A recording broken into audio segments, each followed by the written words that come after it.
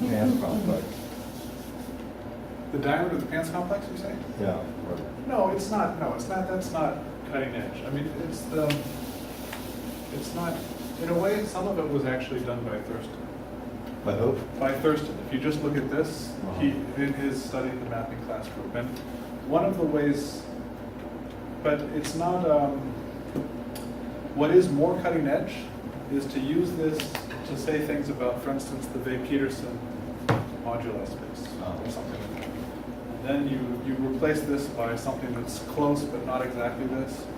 Or you can replace this by something else to try to say something about the Teichmüller metric on moduli space. That's more cutting edge. Yeah. So you said the Pants complex is roughly isometric to the Weil-Petersen metric? Right. But anyway I change the metric. So for instance, if I allow, this is something I'm going to do later anyways, if I allow myself to make elementary moves on disjoint parts, okay, then that's also going to be, I allow to do them simultaneously, so I can make elementary moves as long as they're on subsurfaces that are different. The result is also going to be quasi-isometric to what I began with. Really? Yeah, because I'm just doing a finite number of moves that just depends on the complexity of the surface each time. Right. So you have to, constant dependent on the pressure of the surface. right. But so you have to choose your model right depending on what you want to do. And for the Wait, but the precise statement is the pants. they're all The pants. the pants graph is quasi-isometric. Pants graph is roughly isometric to the Weil-Petersen metric. Yes, that's right. That gives a good intuition for what it means. That's right. But each one of these variants of the graph is also roughly equal. Yeah. So you have to choose the one.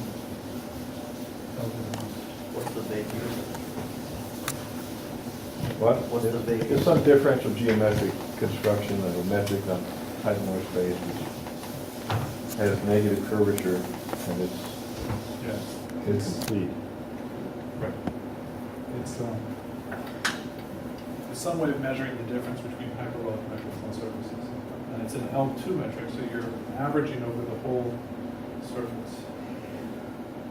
Kind of an energy Right. thing. But this is a more perspicacious description because you can actually see something. Right. Okay, so But there's a conference going on this week at Simon Center called Super Riemann surfaces. They actually want to do super moduli space to do string theory because the Weil-Petersen is relevant for the bosonic thing. But does it have finite volume? yeah. It does finite volume. The functions they want to integrate are not integrable Okay. on that, but in the super context they are for some reason. So what's the super context? There's something called a super Riemann surface. It's sort of you augment algebraically, and you've got this other moduli space. Like Deline's giving a course this week at 10 o'clock and Witten at 2 o'clock. And we're online. I'm just going to try to catch a couple of them. And then all the physics math people are there. There's mostly algebra. But when you put in the super, you've heard this thing, string theory happens in 26 dimensions or in 10 dimensions. Have you heard those phrases? Well, I've heard. You heard them, right? Well, 26 is not really good because that's where they just have bosonic particles. They don't have also fermionic particles. And then it's really 10-dimensional. And then all these integrals are finite. Basic intervals that were infinite before and they're infinite in gravity and stuff like that. And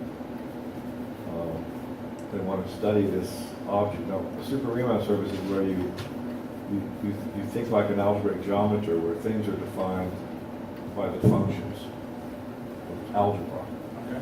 pure algebra. But they like the Deligne-Mumford compactification, things like that, because that can be defined, and Deligne is there, so it's interesting that you can define, you can let the surface develop nodes for us it's long cusp, for them it's nose, and that is still an algebraic variety. It's like things crossing, makes sense in over any field, and they prove it's a smooth algebraic variety, smooth structure, even in finite characteristic and stuff like that. So it's a whole different way of approaching moduli spaces. The three disjoint groups of people, there's like the geometric people in the Thurston School, Minsky and all. And then the people who work on the cohomology in moduli space and how it fits together, operas, and then there's the algebraic geometers, third group. A little interaction between those two groups, but not much. And then hardly any interaction with the geometric group, except for Miriam Mirzakhani. She took the problem that Kurt gave her to count the number of embedded curves, and she just started computing it, and started computing the volume. I guess it was the Vail-Peterson volume. Vail-Peterson volume of surfaces with geodesic boundary, and got a recursive formula, solved the Dijkgraaf written Berlinda functional equation, and which Savage got the Fields Medal for proving that conjecture written.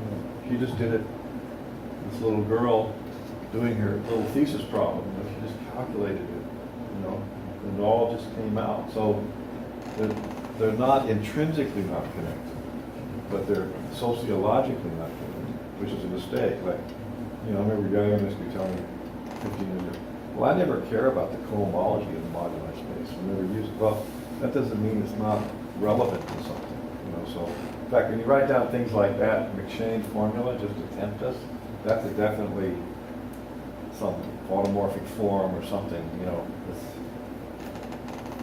Anyway, it's unfortunate. I mean, a little bit unfortunate. So the people that are there today don't even know Poincaré's argument that if you have an embedded curve and you pull it to a geodesic, it's a simple curve. They don't know that. And you guys don't know what moduli space. And I don't know any of these things. I've heard of them all. No, you're right. Huh? Yeah, I've had some interaction once in a while. In France, you should have some interaction, Yeah, once in a while I get an email and we talk about things and we realize that we don't know what's going on. Yeah. I had some interaction with Yunmuk Kwang about prim varieties and trying to use lengths of So what's a curves. prim variety? I have no idea. I know Delane proved a great theorem about them. There's no idea. I mean, it's some sort of generalization of Jacobians. And it's, and there's stuff, and it's just like, this is great because this allows me to blah, blah, blah, blah, blah, and then blah, blah, blah, blah, blah. As much as I try, I just have no idea what that means. Well, I mean, we can blame Riemann for this. He showed all Riemann surfaces are algebraic. Yeah. So, I mean, they're algebraic varieties. And so you can talk about Riemann surfaces over anything, and then, then I forgot to say, then the viewpoint says you can talk about them over any field or any commutative ring. You can also go to graded rings. So if you go to graded rings, you get odd elements which whose squares are 0. That's what the super means. It means Z2 graded. That's all super means. Z2 graded. So you have a Riemann surface over a graded ring, super ring. And then they have a moduli space. Unfortunately, there's no algebraic map of the super Riemann surfaces to the ordinary Riemann surfaces. That map, that obvious forgetful function, is not an algebraic map. So that means they have to take it and study it on its own right. You can't kind of fiber it over it and then put all this stuff together. But it probably just means you have to, But there must be retool. Right. But you do want to use the other thing as. Well, you use that as, but you don't literally use it as a map. You have to use it, like these ideas here are certainly relevant. You're controlling this metric by this combinatorics, right? I'm sure these integrals, roughly speaking, are Vail-Peterson, a little bit of Vail-Peterson this way. Just there's not an obvious projection, but so what? There's some organization. Anyway, I will find out tomorrow what's about. We'll go tomorrow. And let's look at the film tonight. Okay.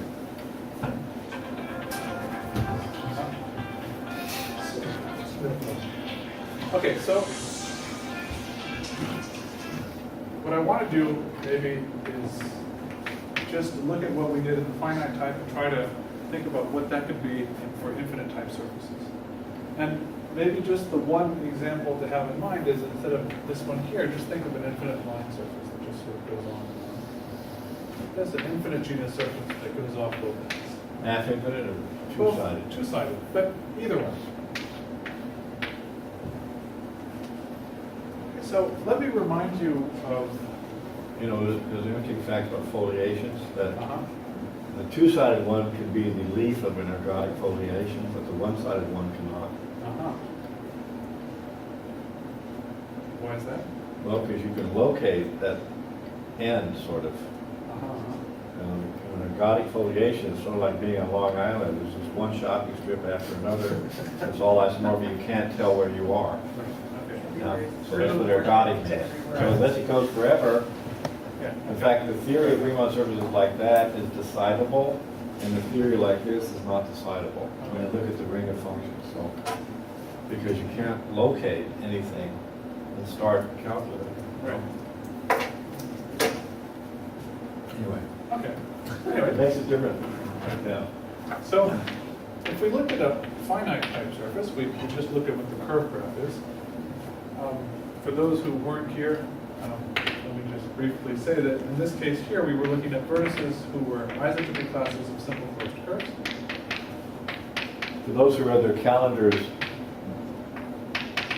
diligently, and it was only revealed that there was a talk starting at 2 until 10:59, the notice went out. There's another talk at 11. I forgot to forward your email.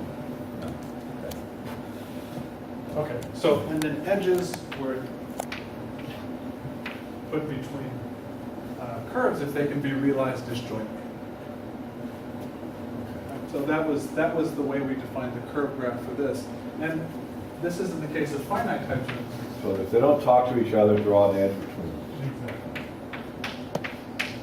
Okay, so here's alpha, here's beta. And another way of saying this is that if I look at the Same twisted commuter. right.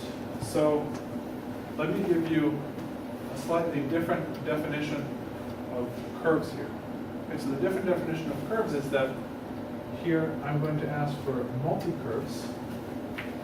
I mean, this looks like a ridiculous idea, but and it is, of course, but I mean, so multi-curves such that mu,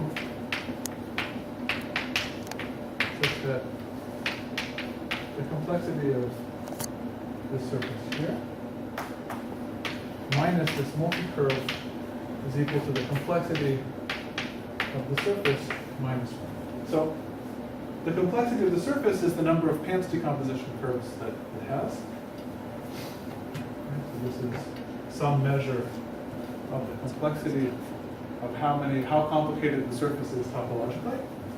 And what I'm saying is that I'm just looking at curves such that when I cut open them, the remaining region has complexity minus 1.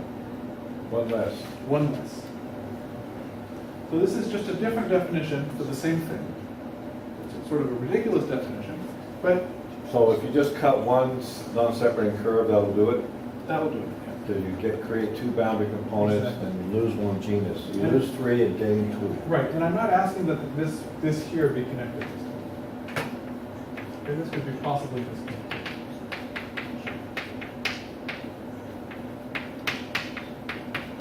Yeah. Okay, because I don't want to exclude separating curves from this.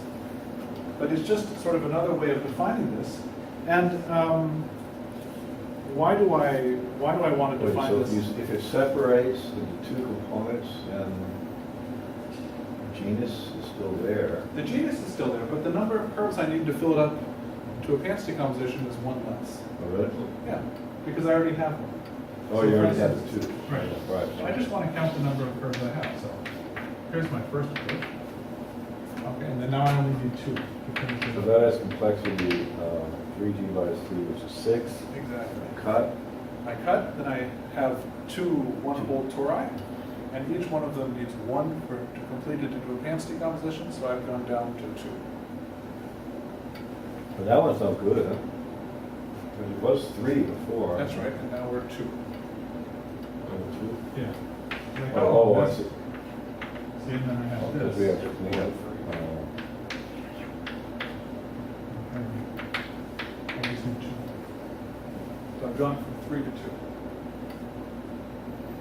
But what I can do here is get a slightly different graph, right? Where I change this 1 into something else.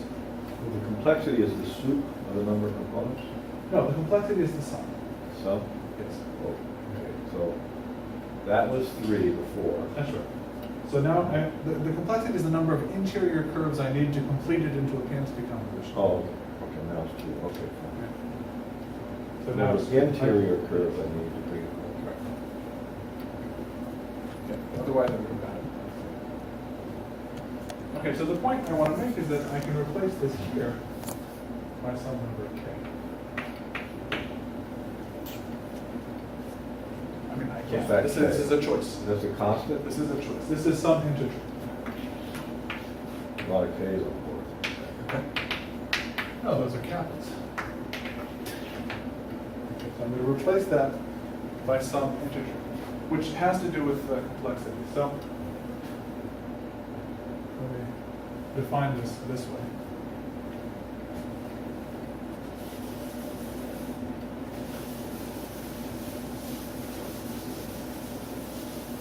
You can define moods like that? Well, what did you just define? So far, I'm just going to define a set of vertices, and then I'm going to put a graph structure. So, what this GK of sigma is going to be, it's going to be a graph. And here, the vertices are isotropy classes of multi-curves.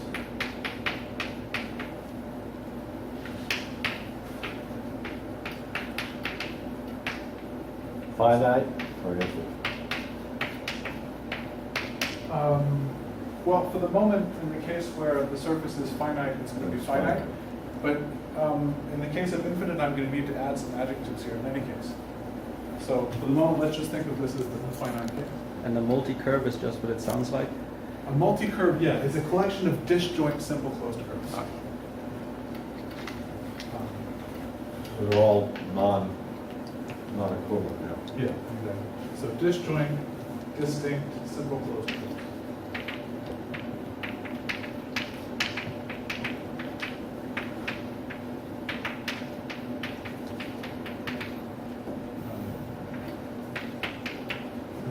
Curves, and such that, and this time I'm going to be asked that when I take this and I remove this, now going back to Dennis's question, okay, I'm going to ask that each one of the connected components of this have complexity at most k.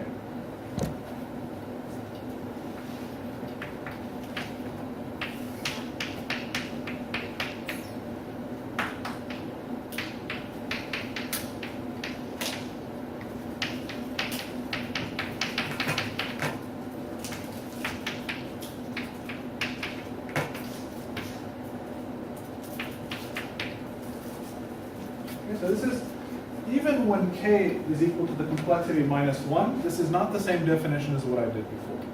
This is different. But it's, you can see that it's related, even in the finite type case. So why is it not the same definition? Well, because, for instance, a Pants decomposition of this will be a Third vertex. definition. This is another definition, yes, this is I mean, completely different. I don't see any relationship to the previous one, we had minus k. You mean kappa minus 1? Or kappa, those are all kappas. Right.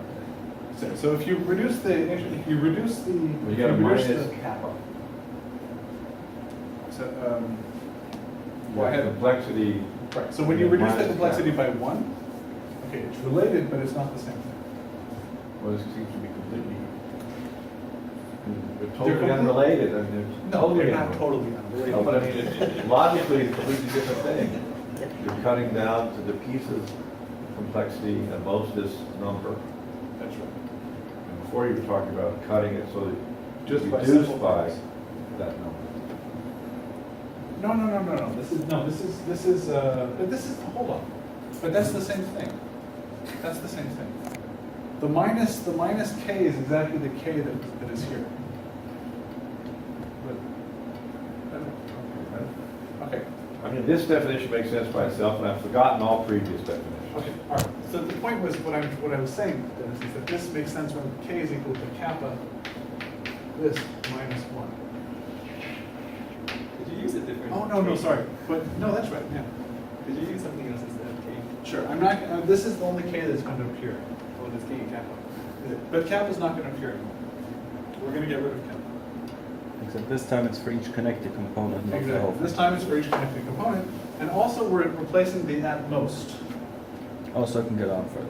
Right, so you can go on further. So for instance, in this set here, you have, let me give you examples of elements in this set, depending on what k you've chosen. You can have simple curves, you can have simple multi-curves too, but you can also have full Pans decompositions. Okay, so vertices are a whole bunch of points.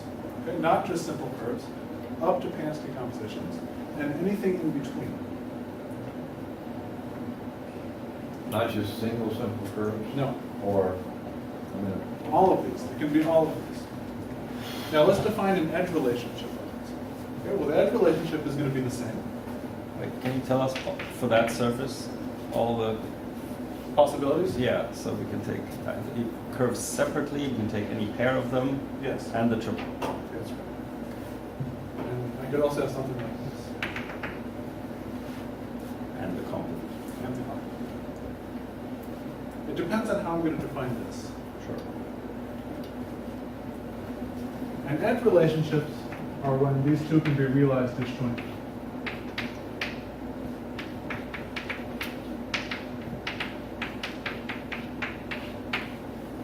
There's going to be an exception to this realized disjointly, and that's exactly when this k is equal to 0. So when this k is equal to 0, then all the vertices are exactly Pans decompositions, because the complementary region isn't allowed to have any complexity. Okay, so when k equals 0, these become Pans decompositions.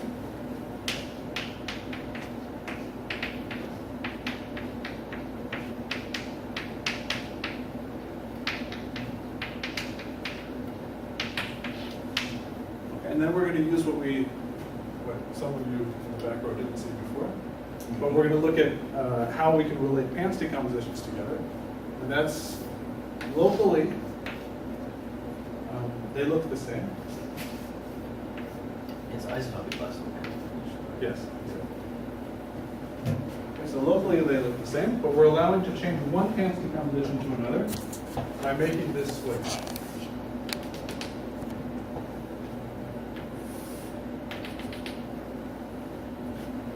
Making an elementary group.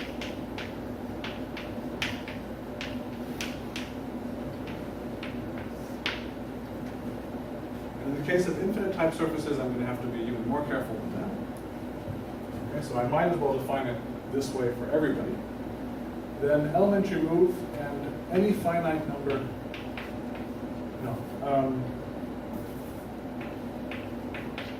any disjoint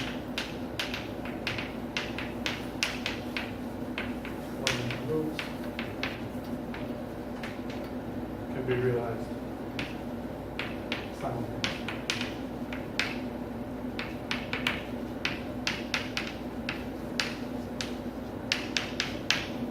Okay, so for example,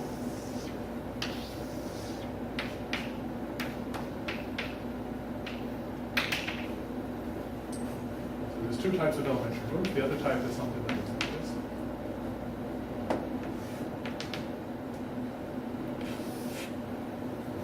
For example, I can move from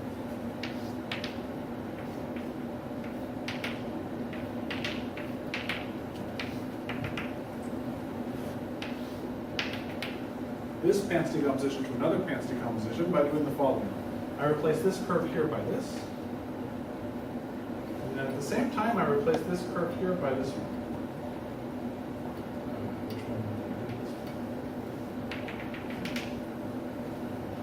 Okay, and the two p-density compositions that I get, I'm going to relate them by an edge. Okay, so maybe if I draw the ones I had before.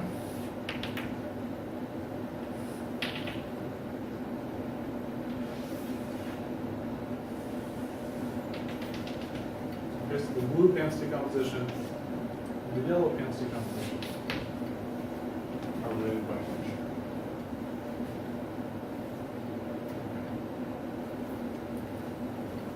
Does this make sense? That seems to take twice as much energy to do How so? that. Huh? It takes to do all of this instead of. Well, to do two of those basic moves costs twice as much. If I actually had to hire somebody to come in and do this, That's true.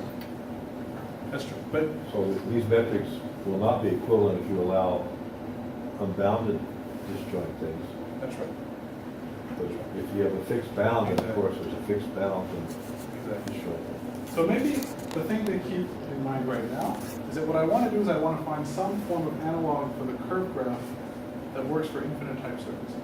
So this first definition I gave you, where I just take two curves and I allow them to intersect, if they're disjoint, then I can put an edge relationship between them, becomes something like this. So if I take some curve alpha, and I take any other curve beta, any one, that might intersect alpha some incredible number of times, because this is infinite type, I can always go far away enough, so I find a curve that intersects neither alpha or beta. And the distance between alpha and beta in this combinatorial model is 2. Okay, so curves are either distance 1 or they're distance 2. So I'm not saying that this is a bad graph, but from a metric point of view, it's not particularly interesting. Okay, so what I'm trying to edge towards is some form of graph which makes sense on this and that is metrically interesting. So maybe the two goals that I There's want some to sort of reach graph and what? that's metrically interesting. Okay, so maybe the two goals I want to reach is I want to find a connected graph and I want to find a graph that has infinite diameter. That's sort of the, because there's been a lot of, you can gain a lot by understanding the geometry of this graph here when you're trying to understand different things, like the geometry of hyperbolic surfaces or the mapping class group or other things. And you might want to hope to get some form of model or some sort of graph that you can study geometrically to try to get properties of infinite type surfaces. Okay, so I claim that this second definition is better already for this infinite type surface. And now you have to have an infinite multi-curve. Right, so now you have infinite multicurves. And the only, what you're asking is that the complementary region be bounded. Each of the complementary regions be bounded. Okay, so you're not allowed to have a complementary region that's infinite type, and you have a control over how much of that complementary region, what that complementary region is. This is, it's maybe not really obvious, but this here is still not ideal. It's not a connected graph. Why can't this curve get far enough out to hit gamma? Because then I can just choose a gamma Just keep that's going. even further. Just keep going. Yeah, just keep going. I mean, essentially because each one of these curves, it's an embedded loop, so it's a compact space. So at one point, I can go further. Sure. So let me add a Why is that distance 2? because disjointness is what tells me distance. So alpha and beta are not distance 1 because they intersect. But alpha is distance 1 from gamma, and so is beta. So they're distance 2. So let me add some conditions. And this seems maybe slightly artificial, but I think it's somewhat natural. Okay, so we're going to fix so the new definition. Okay, so fix a structure So a hyperbolic metric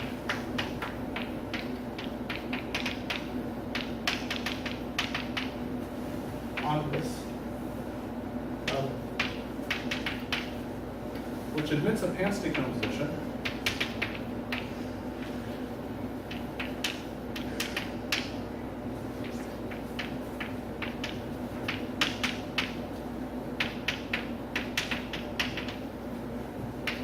P, such that when I look at the supremum of the length over all the geodesics, P, this is finite.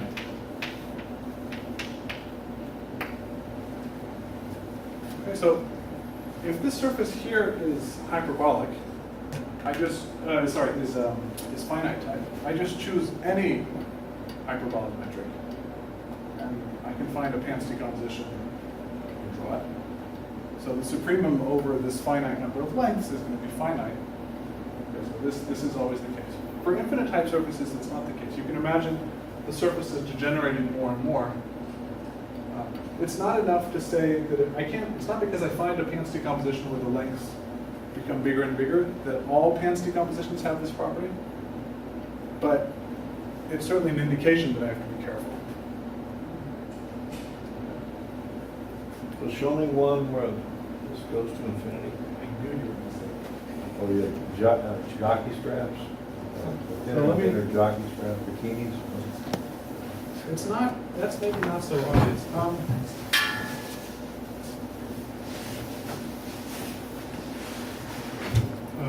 Let's see here. So what's the easiest?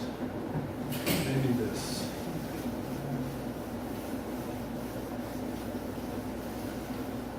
Let's see.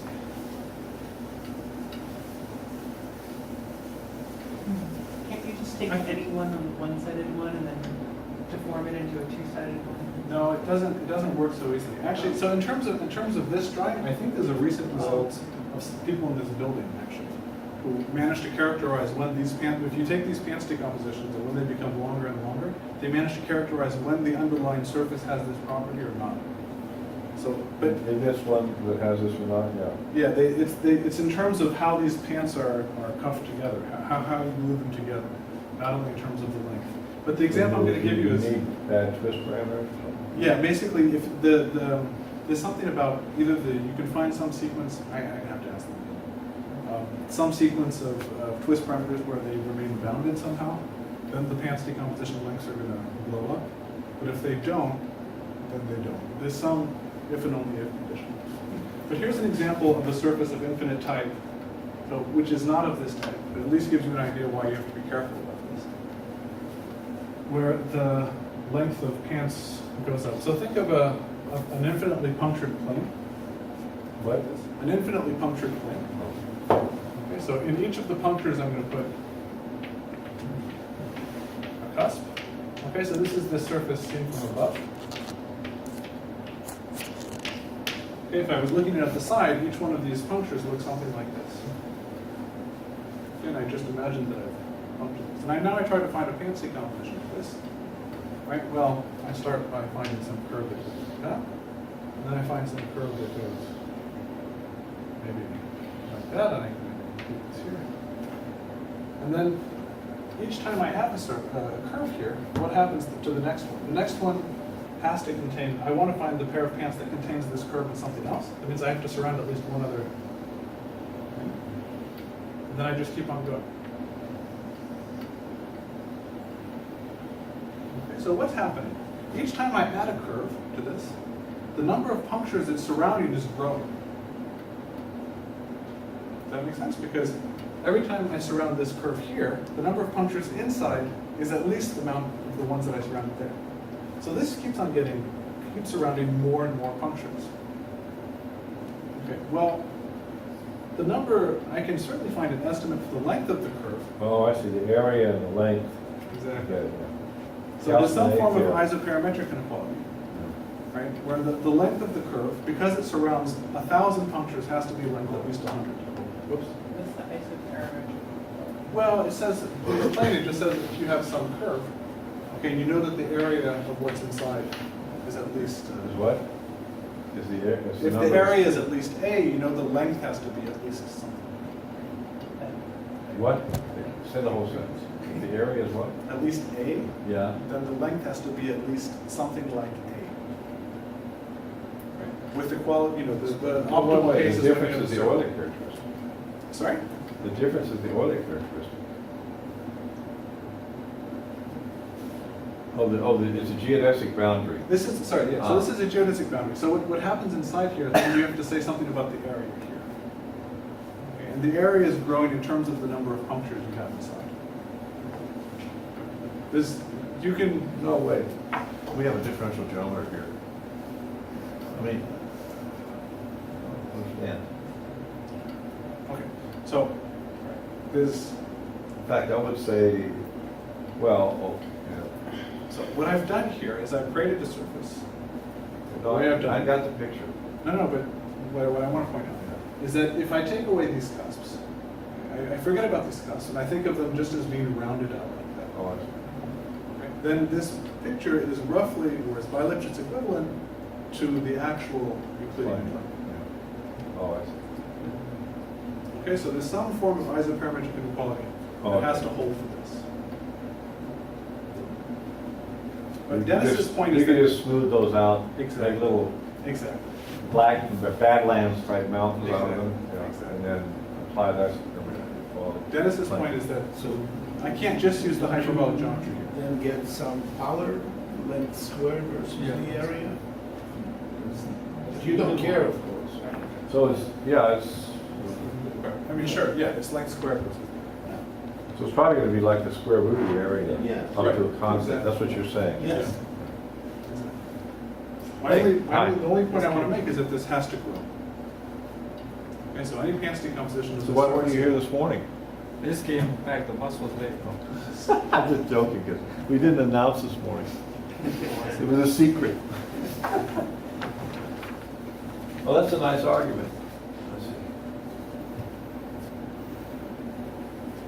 Okay, So, I'd like to say that there's a very small field of results about infinite Riemann's, infinite hyperbolic surfaces and infinite topology.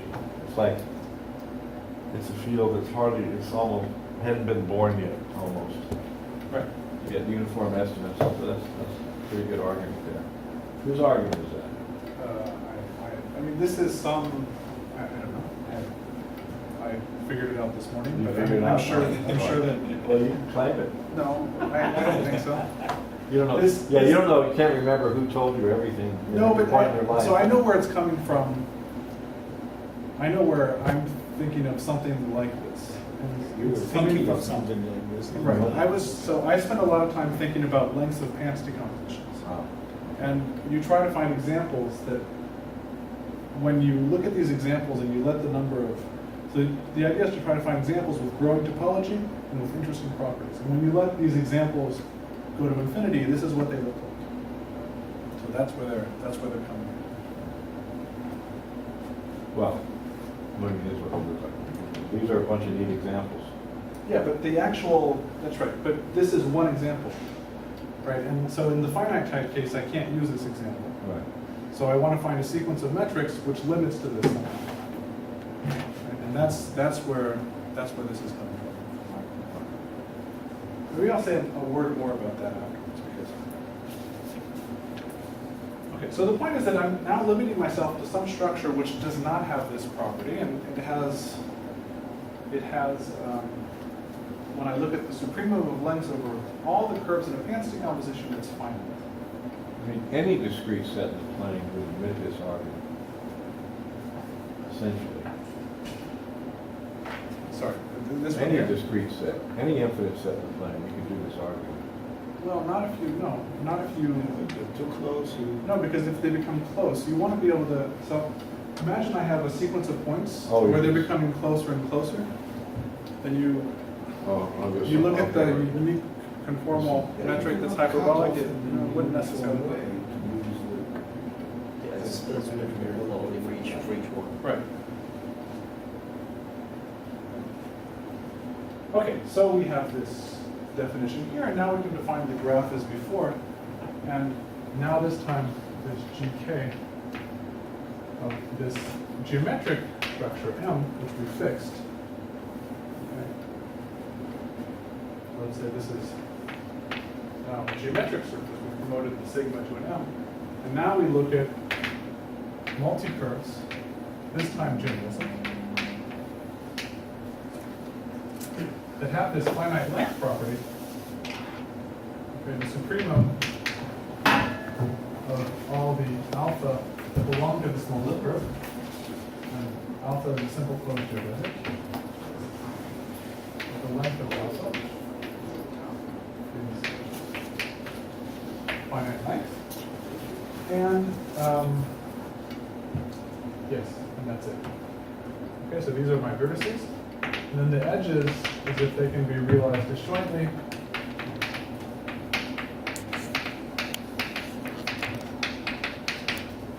You could also define an M sub K here, right? So instead of getting down to a pair of pants, you could get down to complexity K. Yes, exactly. Right, so for instance, K could be 12. And I just asked that all the complementary regions have Small topology. small topology. Exactly.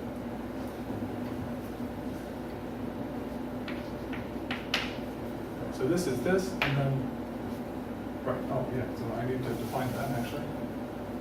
And the, in this case it's going to be the maximum, but the supremum of all the subsurfaces of this. So the complexity is bounded by K.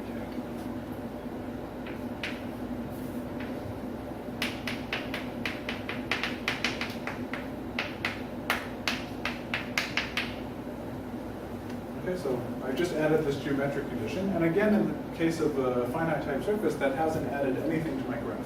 This is always true. So I've just added this geometric condition only for the benefit of these infinite type surfaces. So my claim is, or the goal, to give you an idea as to why these are all connected.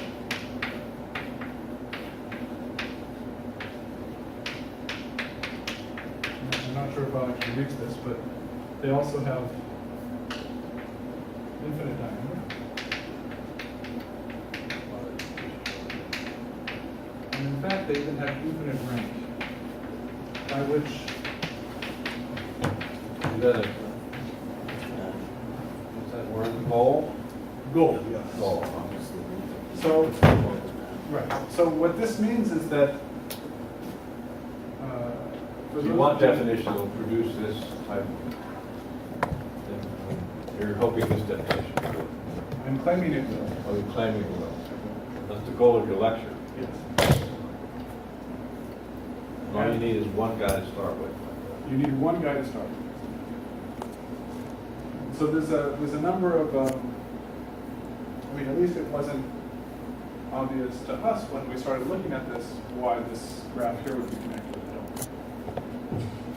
It's not By this graph. this graph. Okay, so in the case when the complexity is equal to 0, when you have Hansen compositions, I'm allowing these simultaneous elementary groups. And otherwise, I'm just looking at disjointness. And one of the ingredients that goes into this is something we were talking about before, and maybe the first observation to look at is this. So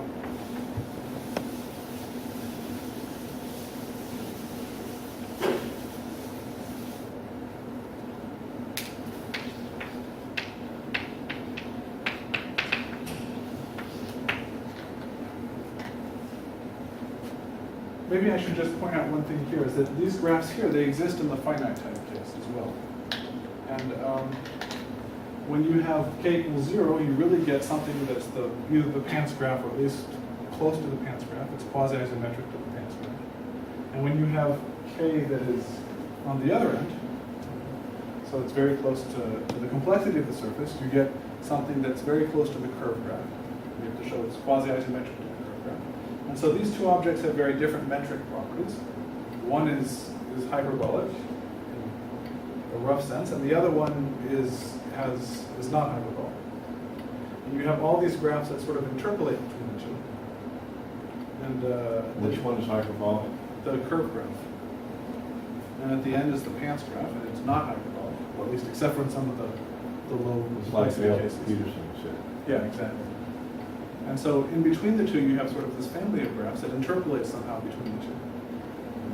It's possibly an interesting something to look at. I don't know when the hyperbolicity disappears, for instance. When you go with this. Okay, but here's one observation. Is the curve complex hyperbolic? Yes. Oh, Yeah.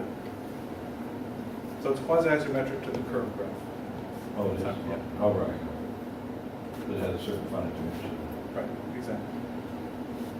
Okay, so my first observation is that if I can show that this one here is connected, then that will imply that this one here is connected.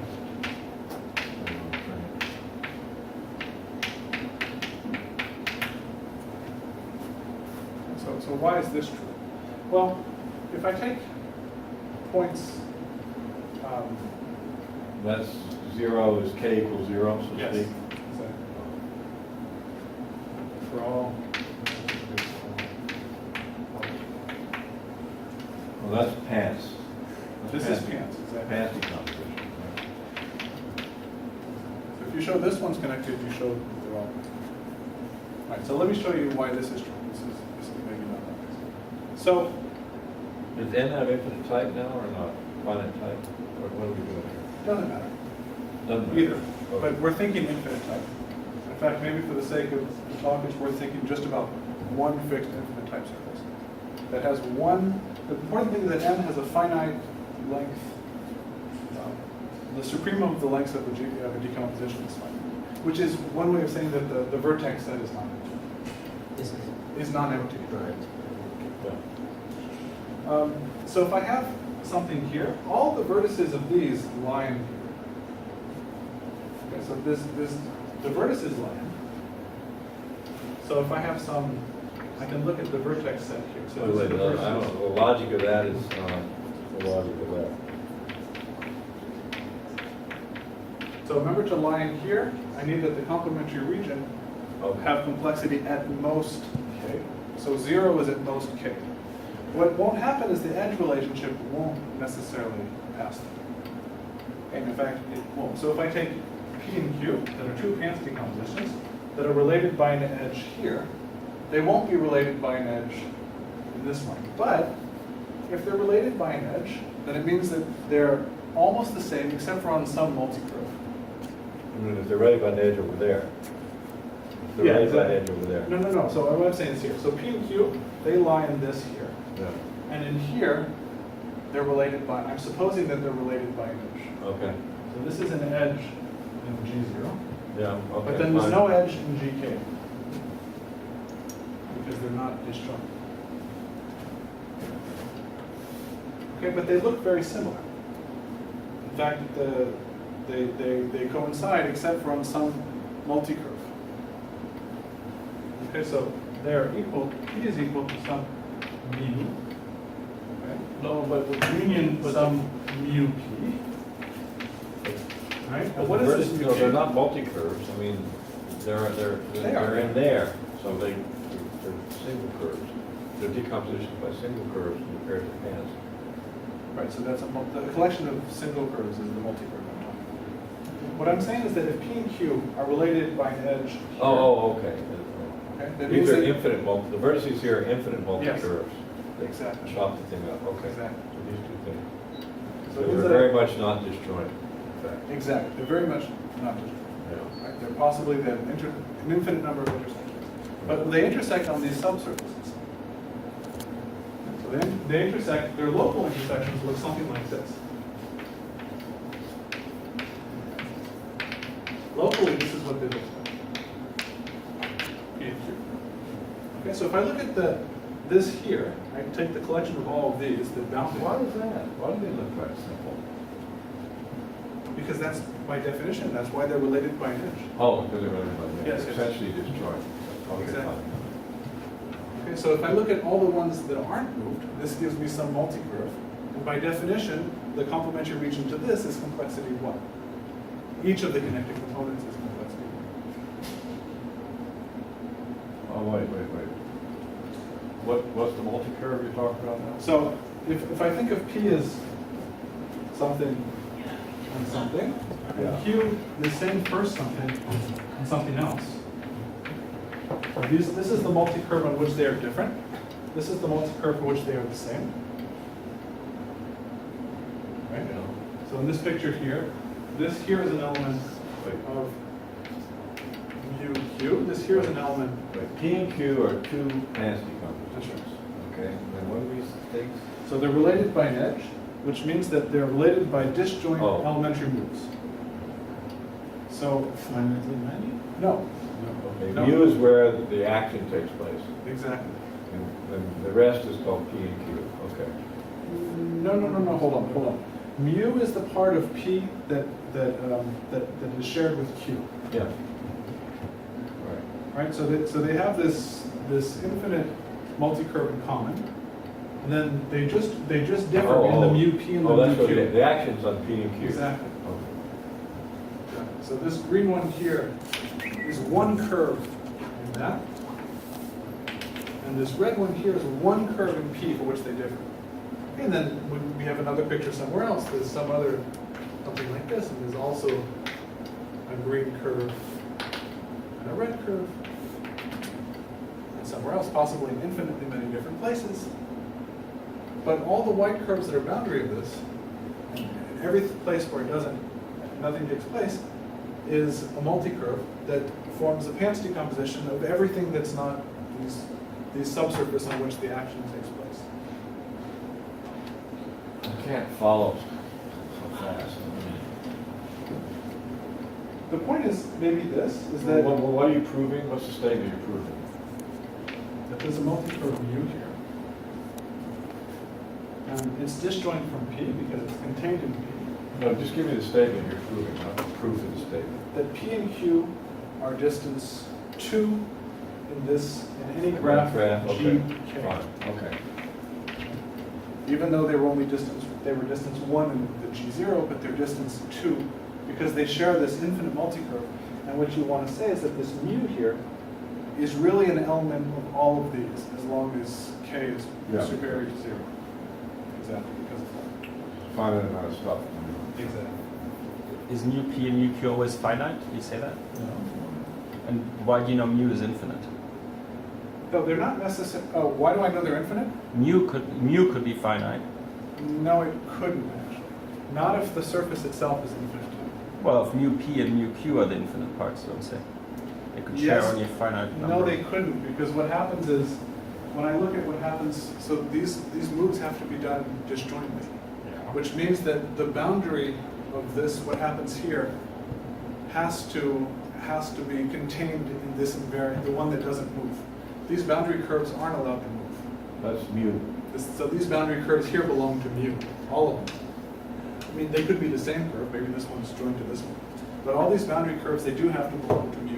Just this is. I mean, in theory, you're right, but without saying something, but in fact, it turns out that mu is necessarily infinite. Because they're the boundary curves, they contain the boundary curves on which the action is happening.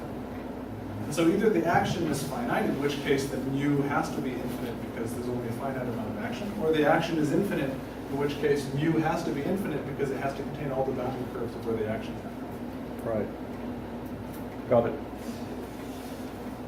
So, right, so that tells you why you can get from this one to this one, okay, distance 2 in this graph, if you can get from this one to this one in distance 1 in G0.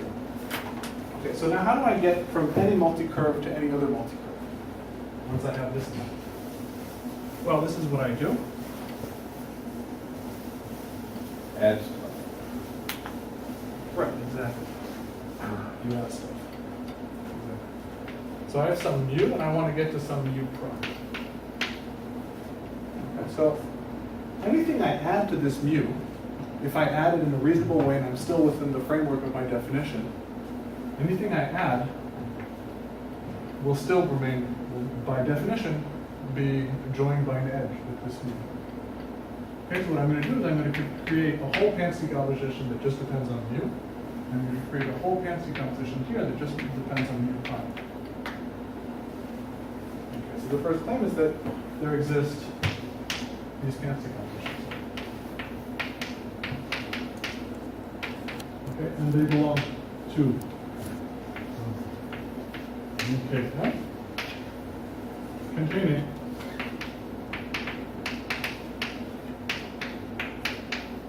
mu prime result. Okay, so why is this the case?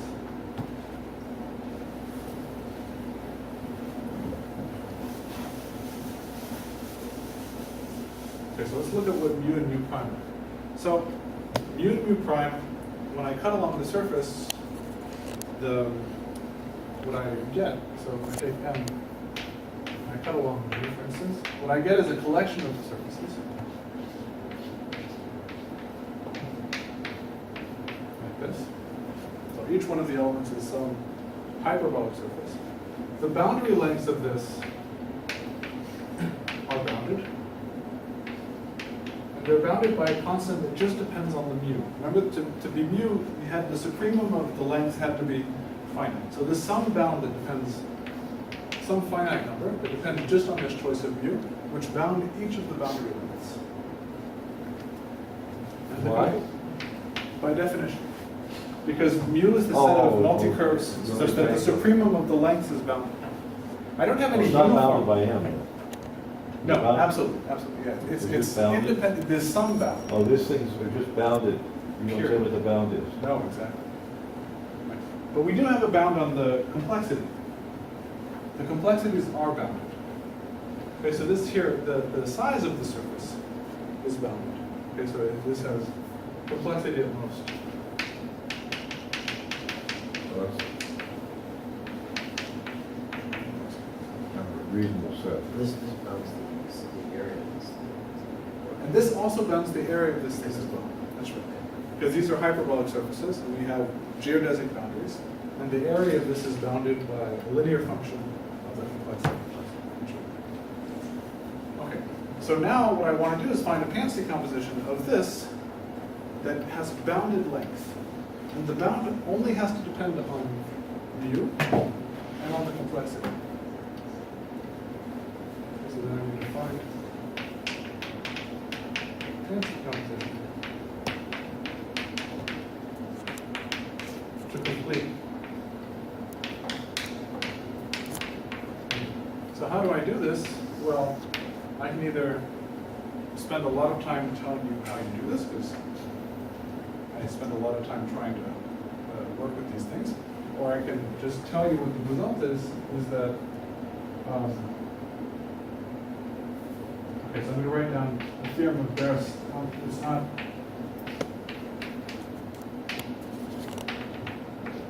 the other names one should add, including that of Peter Buzzard, that tells you that you can bound the length here. You can find a Pansy composition of bounded length. That's where it only depends on the length and it depends on the complexity. There's different Each piece. in each piece. But note that the geometry of each piece, this is uniform for each of these pieces. This K is the same for everybody, and this L mu is the same for everybody. Another way of thinking of this, and this is sort of a funny way of thinking of it, is that you can imagine that I could take hemispheres, actual hemispheres, sort of Euclidean hemisphere, and plug them onto each of these. Okay, so the area, the total area of what I got, so to go along with what you were saying, the total area of what I got is fixed. It's bounded by this, and the number of curves I have here. The number of these boundary curves is also bounded by some function of k. So the total area is going to be uniformly bounded once I've chosen my mu. Okay, so I have this now Riemannian surface, C1 Riemannian surface, which has some hyperbolic curvature, some positive curvature in the spheres, and I try to find curves on this that are relatively short. Okay, so I find one. So there's a whole industry of theorems that, or results that tell you how to find a curve like this.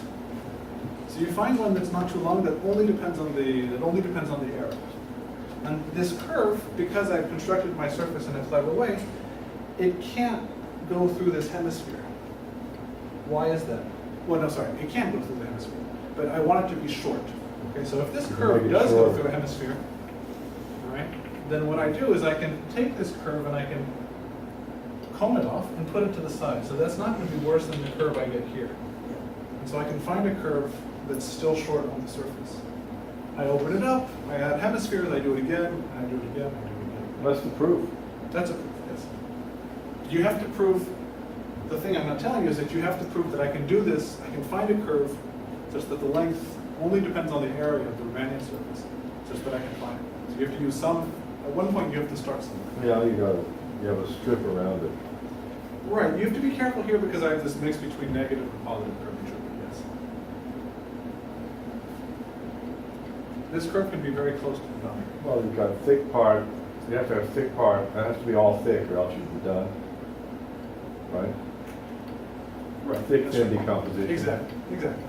So then it's all has And then you- then you can- geometry and then you you can have look big. strips of a definite width. Exactly. Okay, so the result is that this pants decomposition here exists. This theorem's probably from the 60s. Theirs, And that's from the 70s. 70, okay, 70. Yeah. It was, For you guys, that's like the 60s. You don't know the difference. We know the I wasn't thinking. So their theorem is that such a pants decomposition does exist. right, for each one of these pieces. I mean, formally it's not contained in the theorem of Paris. We did it for just hyperbolic surfaces. There was a bunch of people who worked on this. We had Bears in this seminar for the last couple of years. He was here Right. enlivening the place. It was great. So the point is that for each one of these pieces this exists, and then because I can do this to each one of these pieces, I can get a pants decomposition that works for all of these. But the bound's terrible. The bound is terrible. It's iterative, so it's Absolutely. e to the e to the e to the. Well, the bound, right, the bound that I gave you is terrible. So you can do much better. You can do much better. It's a whole. Don't get me started on that. But okay. So there's a whole. All right. So then, once we have this pants decomposition. We have this pants decomposition. It's similar in nature to the proof I gave you earlier for those who were here about the connectedness of the pants graph. And then you just sort of choose a path that lies in the G0, right? Once you have that, and then you find your path that you really wanted, which was in the GK or something like that. Easy argument. And so that's your path. This is your path between you and you. So what this tells you is that you need to find an argument to tell you that the pants graph is connected. So the connectedness of all of these boils down to the connectedness of the pants graph. For all of these.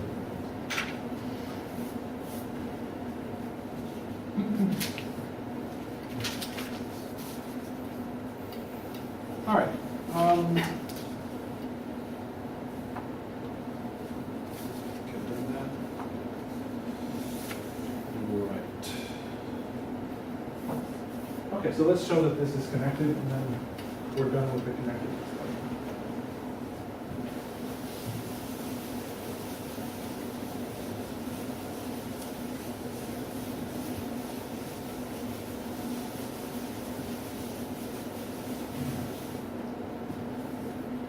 So I just want to say that this here is joint with Ariadna Cosas. So the first observation is this. So I now have the new, What's that last name? FOSSAS? that's right, yeah. Okay. So now I have two pants decompositions, P and Q, that belong to this set here. And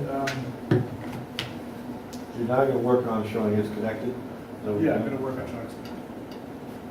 Okay, so I have two pants decompositions here, and my first observation is that if I take any alpha that belongs to this first Banks decomposition, Since we're only showing it's Yeah. connected, we can forget the simultaneous, can't we? no. Because then you'd already be finished. It'd be impossible to have it connected. Because if the two intersect an infinite number of times, then You have to have a large army of elves Yes. working night and day. you need them to all work for you. Okay, fine.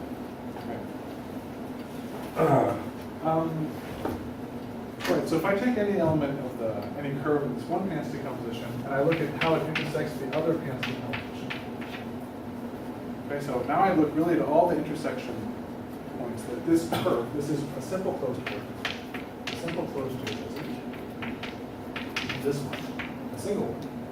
Okay, this intersection here is bounded by some number, okay, that depends on my initial choice of P. So why is that true? What's the statement? For all simple curves in P, Right, yes. So for P and Q, there exists a positive constant such that such that what though? for all the simple closed geodesics in this first Banks decomposition, the intersection with the whole entire other Banks decomposition is bounded by this constant. Okay, and the point is that this constant here did not depend on my choice of alpha. All right, so why is this true? Well, every time, Every curve has a bounded length.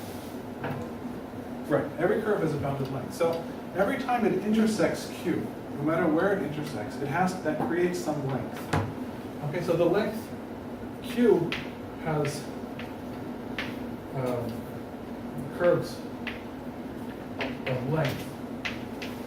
Well, it depends on P Bounded and by- Q, right, there's a little length, because you have bounds, so they can't be too thin. Exactly. Right, okay. Exactly. So Maybe locally, two everywhere that this is some curve in Q, and now my alpha comes around. You know what's useful to do for you and I understand this picture? Draw what pairs of pants look like. Sure. You know what I mean? Yeah. I mean, This is what my wife thinks I do all day. This is what do you- draw what do this you do? lingerie. Draw the lingerie, Yeah. right? I mean, Exactly. This is not only do I know what you mean, I know. So this is what a pair of pants looks like, and then.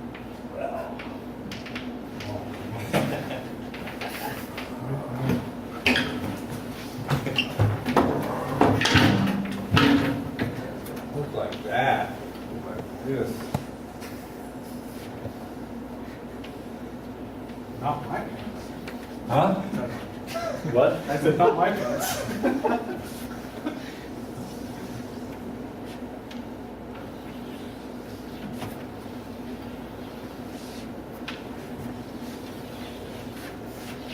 Look like that. They have these little Yeah, but. little triangle, two little triangles with little thin strips when they have long boundaries. I agree, but. Well, that's one kind, then there's other kinds. Okay, but the point is that because all these boundary lengths are actually bounded in Bounded, this case. right, then they can't They- look they like can't it. look So like that means this. they have to have little, definite Exactly. little strips. Like, you have to draw the dangerous ones. If you draw these little Fair fat things, they don't. Fair, fair.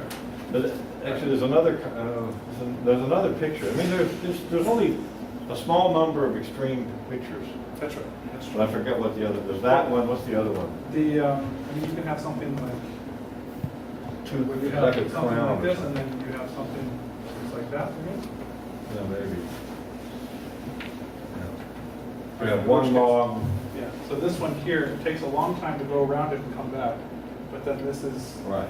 If you have two long ones, oh, this is three long ones. Right. This is two long ones. yeah, no, and but then- hold on, no, but and there's there's different one types long of two one. long ones. Huh? You can also have this, you can have,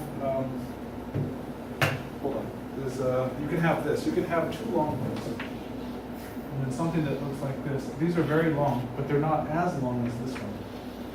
Well, that's got too much area, that's not a real, that's No, not it the is. right picture. It isn't, this is the right picture. No, but it's got too much area. It doesn't. Area is pi or something. That's right. But the point is that here, the area is concentrated in two different spots. Okay, so this does happen in hyperbolic geometry. So this side here, this is a very long curve, this is a very long curve. No, it's not but very long. Draw it realistically. Pretend you're Thurston. This is, look.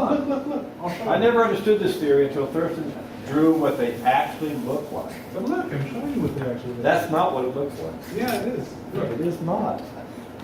Okay, we I understood this better than you do right now before you were born. Oh, I'm sure you did, but.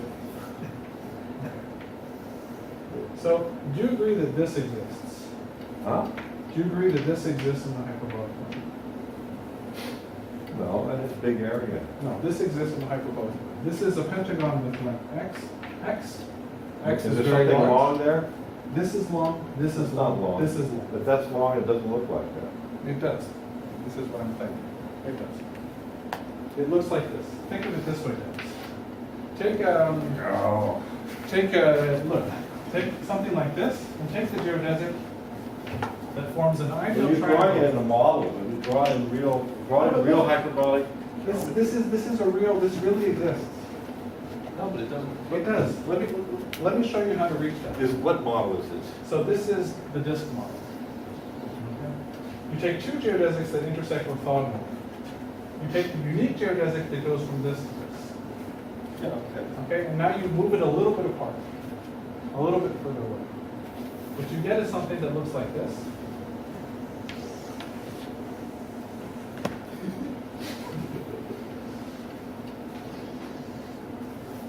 It looks like this. That's the same drawing. This is what it actually looks like. If you make this thing out of hyperbolic paper, it looks like that. The That's area, this is almost a line. That's right. This is almost a line. But This you is made almost this, a but you line. made this angle here like that. You Anything make that you want. angle right. You can make it right. You can That's make right. it have to be right. I mean, it goes like this. So that's exactly the drawing. That's how it looks. If you actually bought one in the hardware store, it'd be like that. It wouldn't look like that at all. This is in the model. Okay, I see what you. Well, the idea of Thurston's, No, but hold on. Let me. tsunami effect on us, on our consciousness. He came, he drew these things in actual hyperbolic space, out of actual material, and then suddenly the whole thing was illuminated. The models, we all have known the models.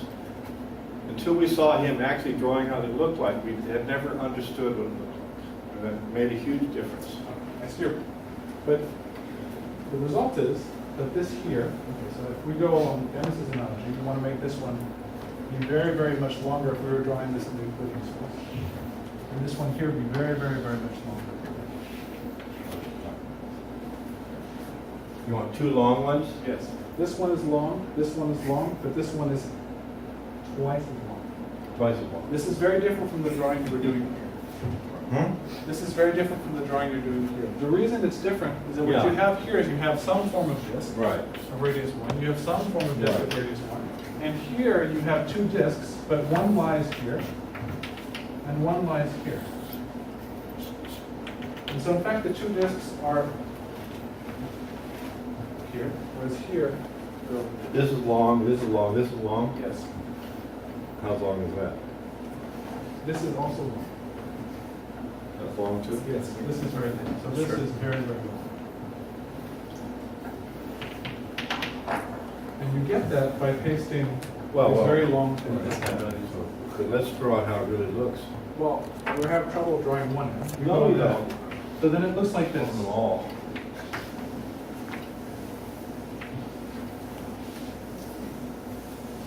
Okay, I mean, let me just amuse myself. I'm trying to remember, but, okay. So it looks something, I mean. Wait, where's the other boundary component? It's a pair of pants. Oh, here, yeah, this looks good. So this one is a boundary component, this is a boundary component, and this is a boundary component. This is a boundary component, yeah, this is a boundary component, and this is a boundary component. Right, so it looks like it's this very, very long hyperbolic hexagon, and you've doubled, It looks like this. which is very different from taking the hexagon that looks What? like this. That's the same as this. It's not. The same as this. It's not. Sure it is. These are the two triangles. Yeah, okay. But it's really not the same. You're the same. It's the same drawing. No, it's not. But it is. Well, we can complain about this for a while, but let me show you why it's No, not. but I mean, So let me you have two triangles of area. Or maybe. These two triangles have area approximately pi, and then you have these infinitely thin strips. Let me show you why it's not. So if we just looked at the, suppose that we don't go to the full one. We looked at your drawing before, Dennis. Okay, then if I look at this, one way of looking at that is that whenever I take one, I go for the geodesic, okay, and then I want to go through the other two geodesics. I want to draw the equivalent of this. What I want to draw is this, but on your side. This thing here. Okay, so on your surface, each, I have three of them, right? They go like this. And they're all very, very long, all three of this. Because I have to go here, go across. Yours and are go all the way long? back. No, this one has a short one. This one has a very short one. Oh, okay. I hope that proves something. This one is a short. Yes. It has two long ones and one short one.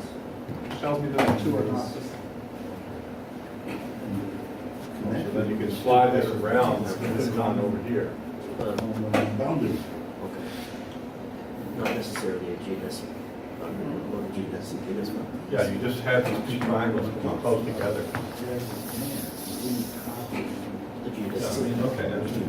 All right, so you have a long thing like this, the two triangles close together, Is fixed. and then you have a long thing like this. It's Okay. clear that you do Yeah, that. that's the other one. All right. We would do that for a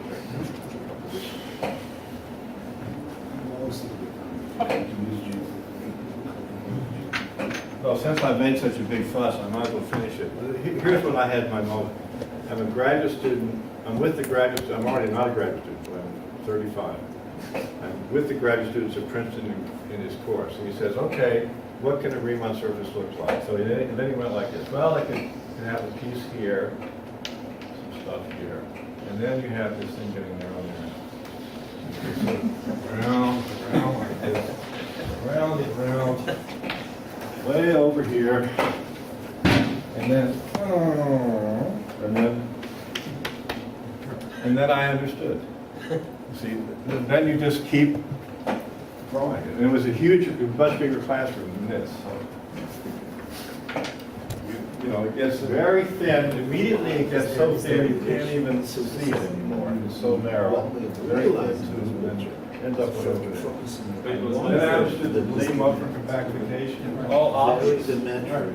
Before that, I never understood what they were talking about. Pinch curves, coordinates, not intrinsic. Huh. Sorry for you.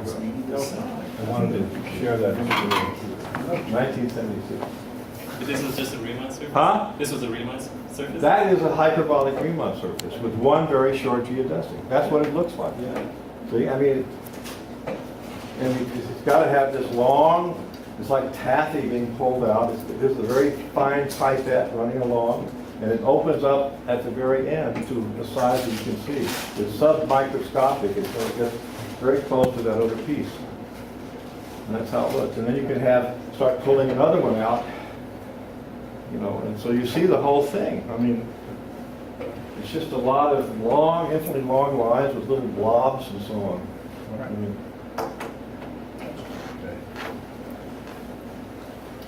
Okay, so what we want to keep in mind is well, I that. gotta say some more, because it's sort of in France again, see? So then I learned this stuff, I went back to France and said, oh, come give a course at École Normale.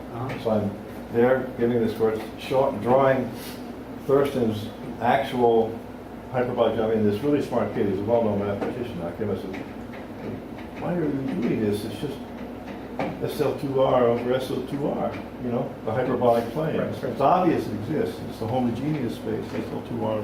So in other words, it was all wasted. Because he already knew it. Right. Yeah.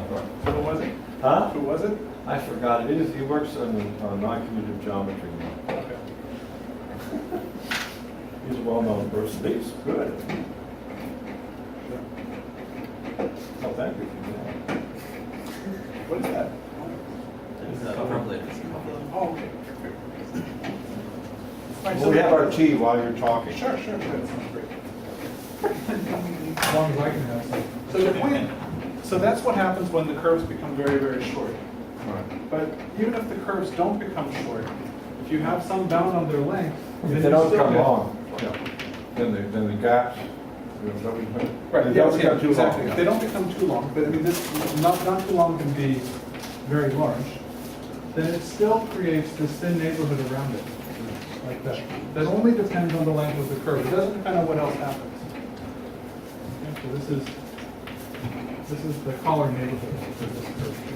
And because the length of this curve here is bounded everywhere by some universal constant that only depends on the choice of Q, that means that every time it intersects, it creates length. Right, so that it has to the be. intersection number. So the intersection number has to be bounded. All right, so that's the first claim.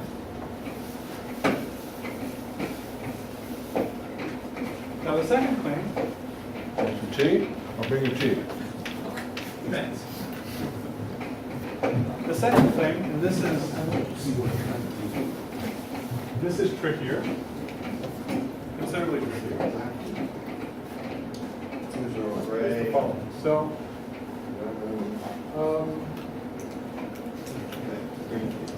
so there exists I'll bring it.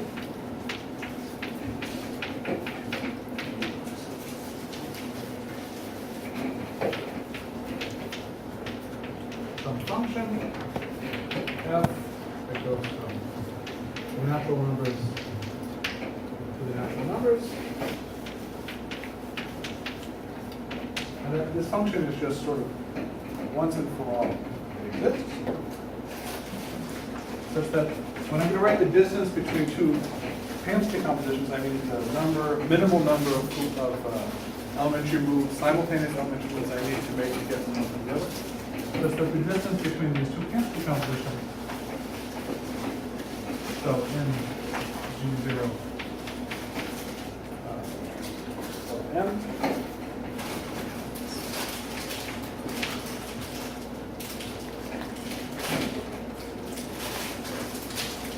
is bounded by F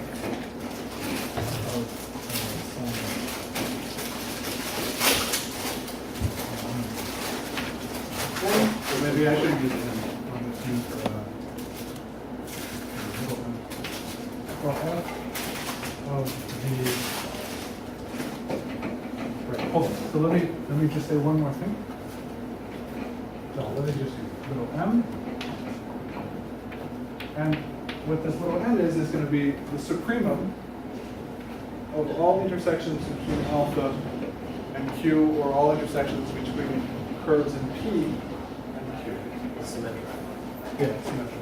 So where m is equal to the supremum of intersection between And alpha. then the distance with the number of minimal moves to get from P to Q. Yeah, so this is the number of minimal moves to get from P to Q, and this here,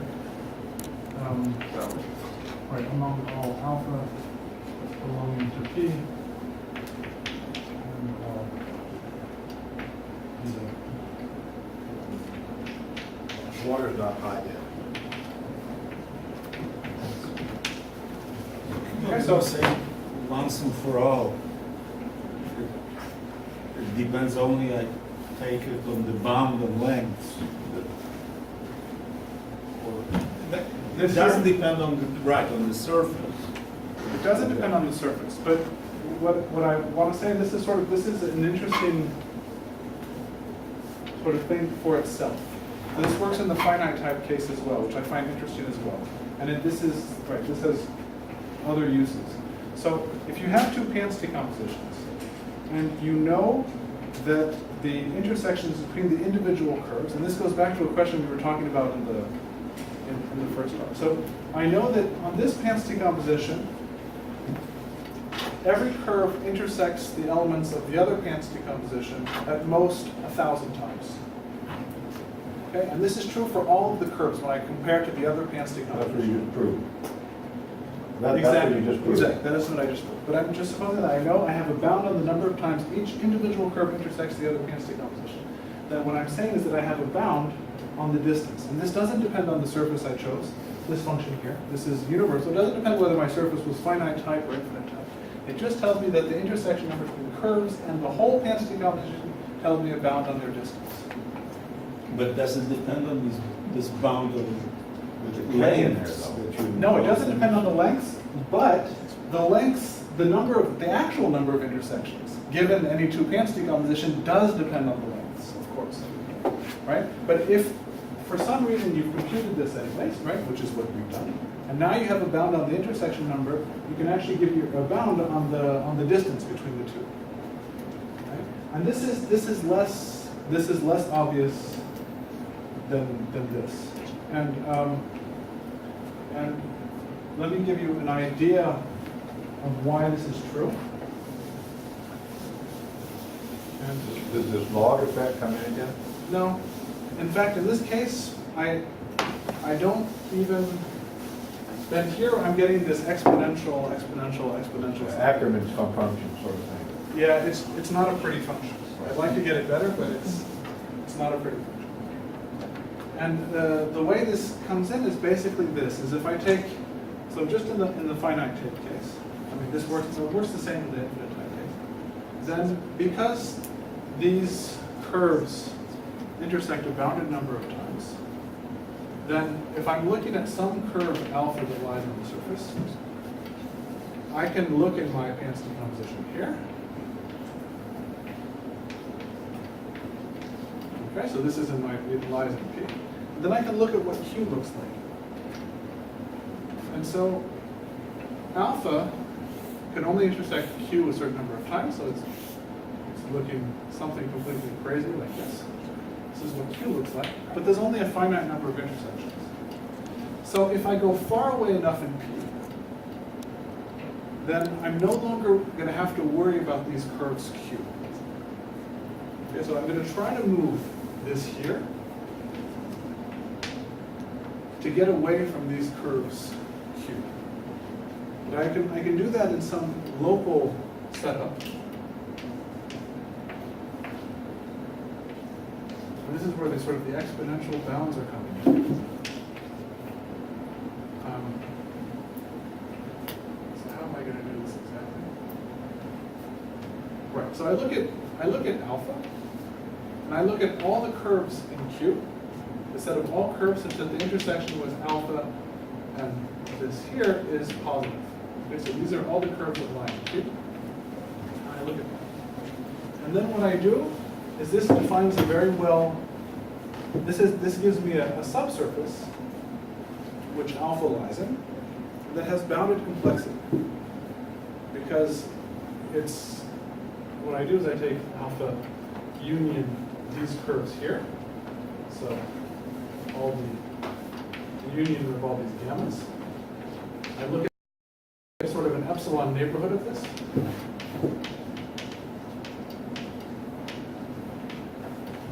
Then I enlargen it slightly, and this gives me some well-defined subsurface that has bounded complexity. And I can move around in this subsurface here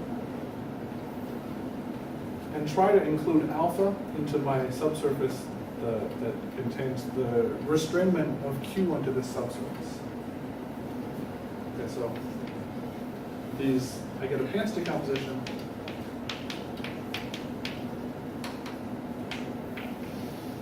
of this subsurface. I'll call this subsurface alpha. And this Pan's decomposition is given by these elements of Q that intersect it.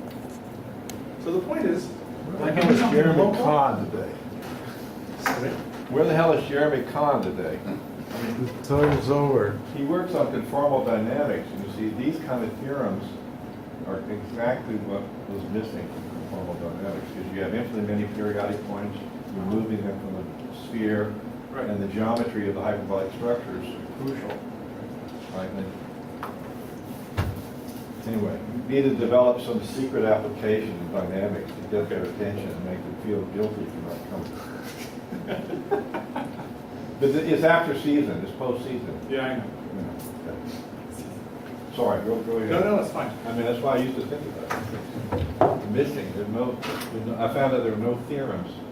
Even Thurston fixes G and N, right? Doesn't let them go to infinity. Yeah, exactly.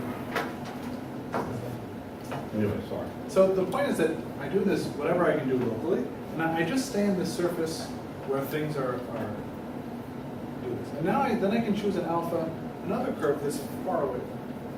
And I can do that at the same time. I can do this simultaneously. And another one that's far away, another one that's far away.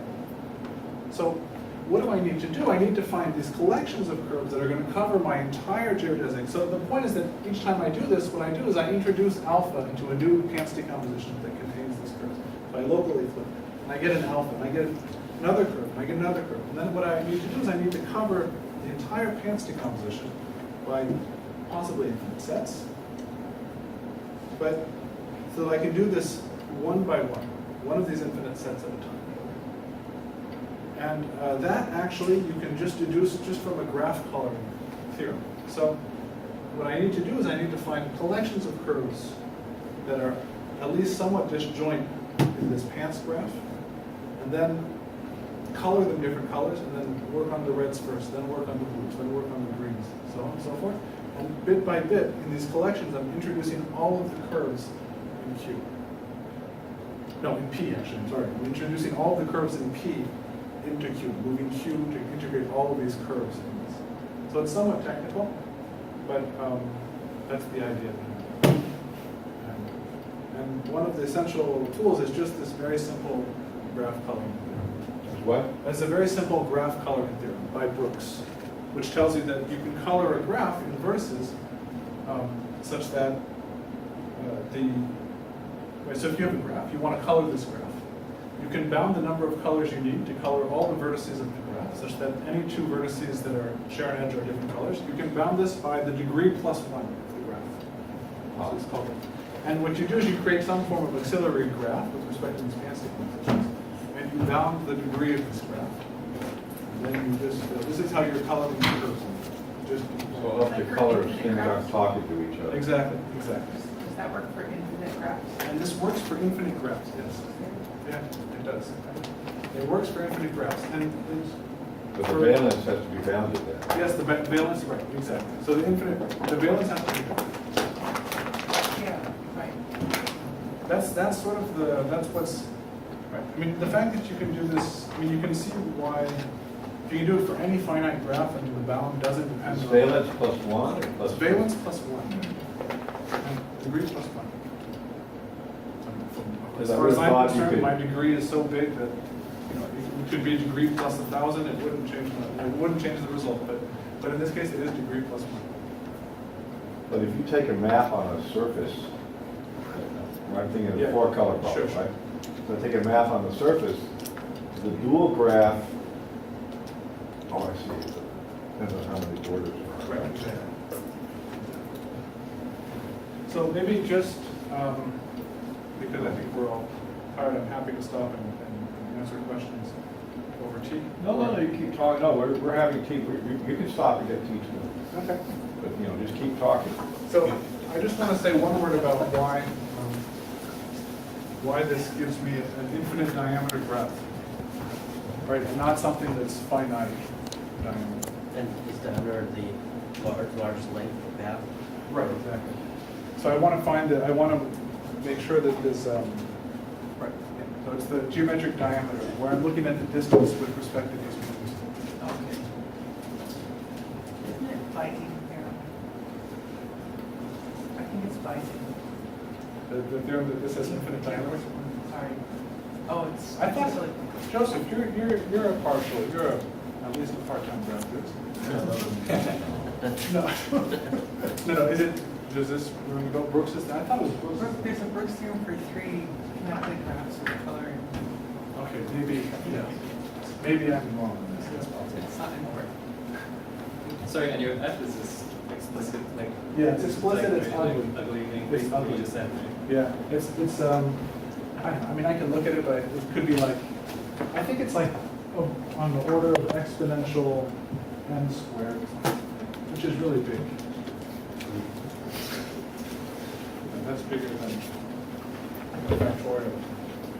Yeah, it's really big. But again, I'd be interested in getting a better bound for this. It's big O over E, is what you said? I think the bound I have is something like exponential, something like that. It could be worse.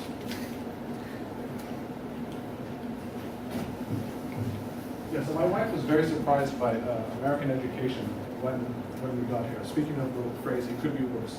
So we're walking to school, and this kid steps into this big puddle.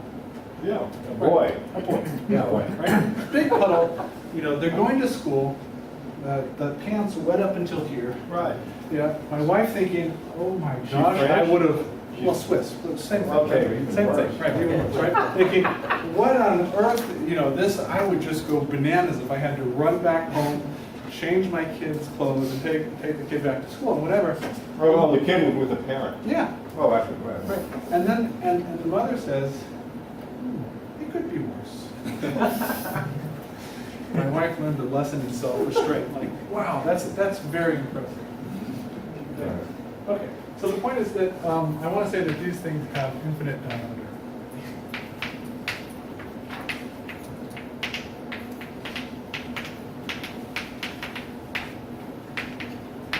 Okay, so let me give you an idea of why this is true. And I'm going to do this. I'm going to look very locally at the surface, at a very local picture of the surface, and then the surface does lots of other things. This is a local picture. And I'm thinking of this here. I have some multi-curve that fills up the surface except for here. Everything else is a Pansky composition.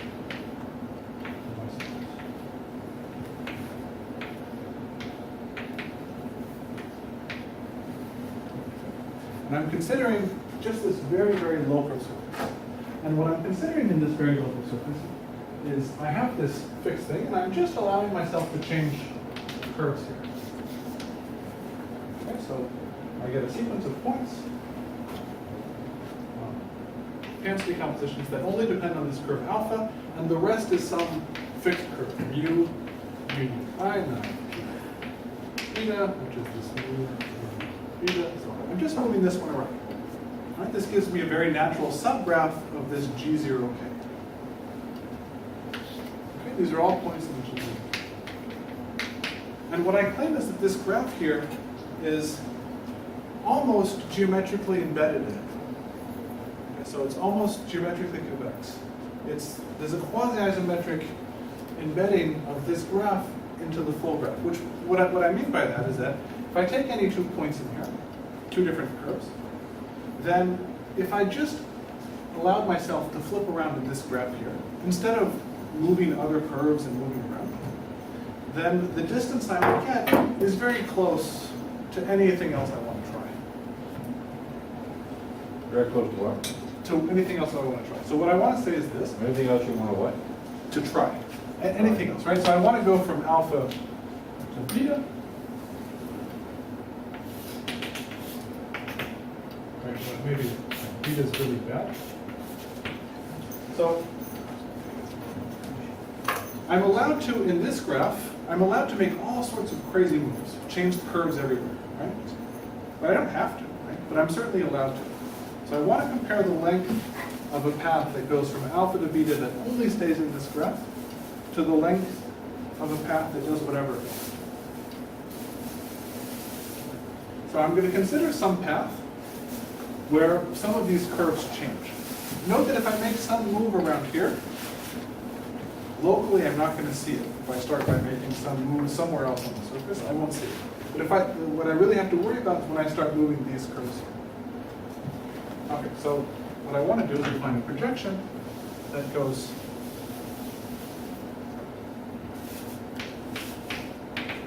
from the whole graph, okay, to this graph here, which I'll call, I don't know, this subgraph here, which I'll just call G, okay, which is this graph here, which I obtained from this.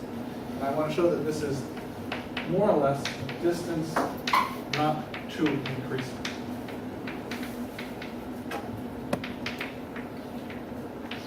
Okay, so how do I define this projection? Distance.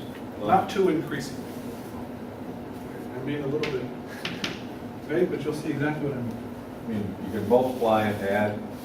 I mean that I'm going to project, I'm going to take any Pants decomposition, project to some Pants decomposition that lies in this graph, and this gives me a sequence of points, and this is going to give me a sequence of paths and that the distance in this path is not too different from the distance I started off with. So, I mean, you're going from the pairs of pants graph to the to this G graph. very teeny tiny graph. To what? Yeah, and I want to show that this is more or less a contracting map. And what's capital G? Capital G is this teeny tiny graph. This is the one where this is fixed, and the only thing I'm allowed to do is move around in here. Oh, Okay, so I'm not allowed to do anything, so this is the curve, it's the curve graph of for that this. piece? Exactly. So it's actually a fairy graph. We saw it before. So what happens? How do I define this projection? Well, what I do is I take... You're saying all of these things are just kind of bramble weeds growing on the fairy graph? Yeah, And sort of exactly. hedges or Yeah, exactly. little growth, little Yeah. spring growth? Exactly. Okay. So I take some pants decomposition, and I look at what happens here. So whatever I get is it's going to be some pants decomposition. So it might intersect this thing many, many times. Right? But all of the arcs or all of the curves that I might see, they're all disjoint because they come from a pants decomposition. So here's how I find a curve that lies in this curve. I take any arc I want. I'm going to draw this local picture again. I take any arc I want from this collection. This one here, for instance. And what I do is I look at the epsilon neighborhood of this arc and the boundary here. And so this gives me a very nice curve, which looks like that, right? Which is going to be homotopic to the curve of this.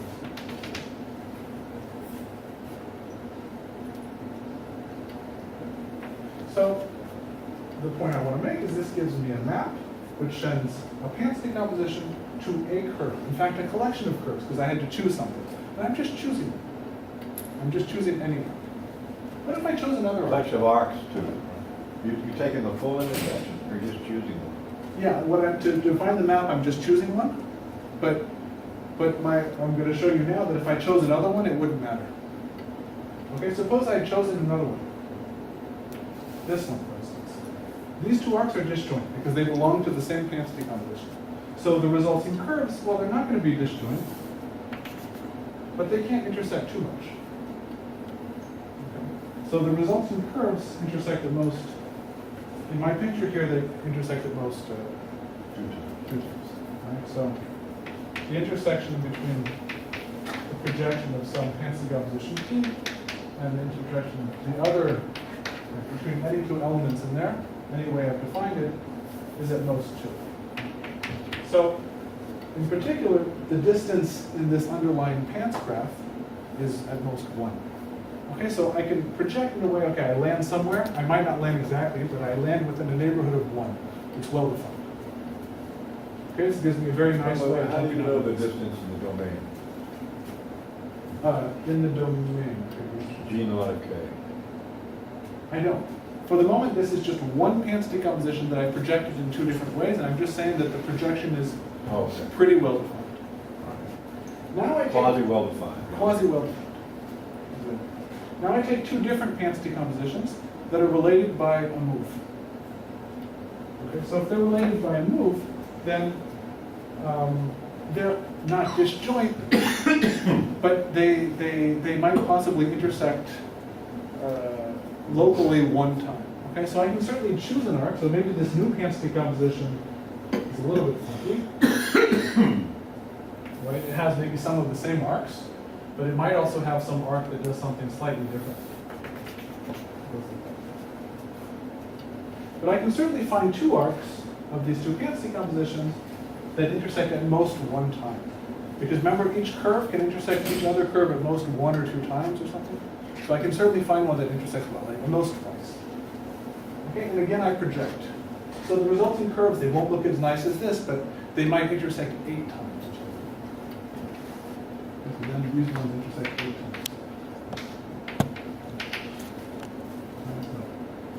And here, the resulting projection, so let's say I draw this one here, like that, and the resulting projection of the green one is something like this. Yeah, but you're working in this one spot. Maybe the distance is happening somewhere else. Yeah, you're absolutely right.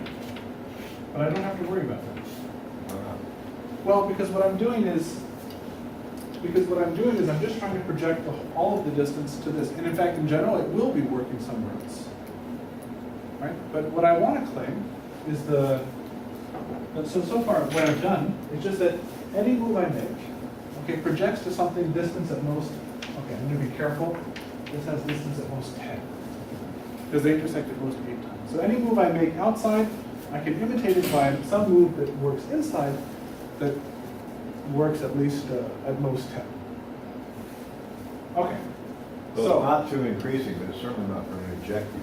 Absolutely. Huh? Yeah, absolutely, yes. Okay. Absolutely. I thought you were trying to prove it's quasi-asymmetric. No. That would be quite a result. Yeah. So then, once I have this, what I want to say is that I want to use this to say that this graph that I originally defined is quasi-isometrically embedded. So not quasi-isometric, but quasi-isometrically embedded. Oh. Okay, so I'm getting a quasi-copy of this. And why is How that? did you get that embedding again? Someone's over there with the key. So the embedding of the This graph, is the projection, I understand the projection. right? Now, what's the embedding? Well, the embedding is the natural one. So I take some multi-curve that has all these curves except for something here. So it's almost a Pan's decomposition except for here. And then I just choose a curve, each curve, to complete it into a Pan's decomposition.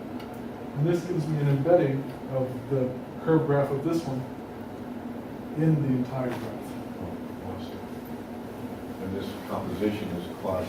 Exactly. Yeah. So now if I take 2 points that lie in here, what I claim is alpha and beta, I claim that their distance in this graph is not much worse than the distance outside the graph. So in fact, that's a quasi-geodesic between the 2 points. So I'm getting What's the statement? that this embedding is this is a quasi-embedding. So if I Yeah. take alpha and beta. The graph is quasi-embedded. Yes, exactly. So that means that if I take alpha and beta in here, and I just choose to move in this graph, that's not so far from beta geodesic. That's at most of the multiplicative factor of 10, going to give me the actual distance in this whole graph of this. But then what do I have about this graph? This graph, we studied it. It's the fairy graph. So it's a nice infinite diameter graph. And so we get quasi copies of an infinite diameter graph, which means that the full graph. Oh, yeah, I see. You just want to prove it as infinite, Yeah. QQED. Exactly. Okay, I see. And how do you show that it's not hyperbolic? Well, you can take products of these fairy graphs and do exactly what I just did. But I take multiple copies. You can get products in? Yeah. Okay. Because of my simultaneous flip rule. And so then I just get products of these fairy graphs. Products are necessarily going to be Higher flats. rank. Exactly. So I can get infinite rank. So very far from here. So these are new metric spaces. They're like higher rank, infinite rank Lie groups. Come to metric space. Right. I mean, Yeah. you have all these flats. And, Exactly. I think I'll stop here before I call it.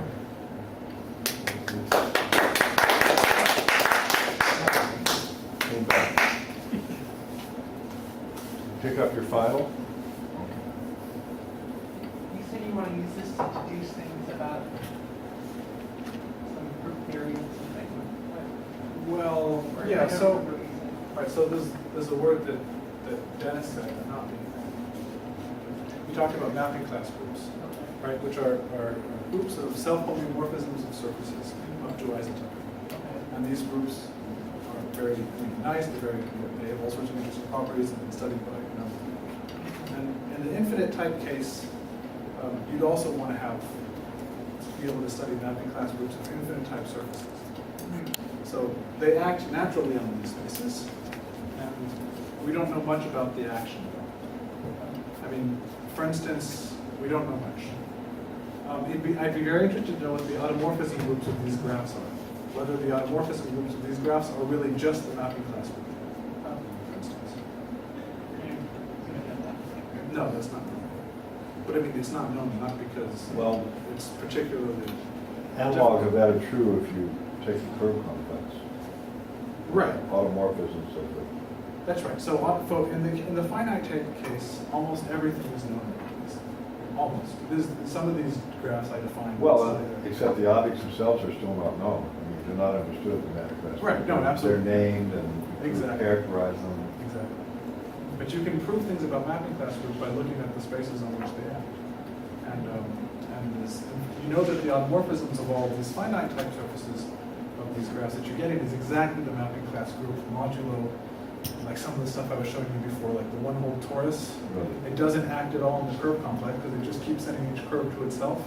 So you get a non-trivial kernel. But besides some of these crazy examples or these very simple examples, then in general it's.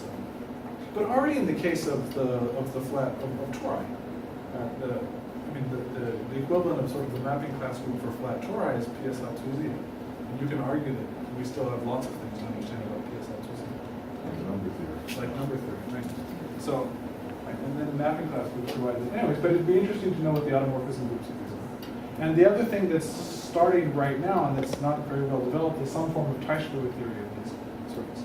And again, it'd be nice to have that. Are there similar theorems to this in The finite type? finite shape? Yeah. What do they tell you? So they tell you, for instance, that the Bay-Peterson metric is not hyperbolic, provided the surface has enough complexity. It tells you that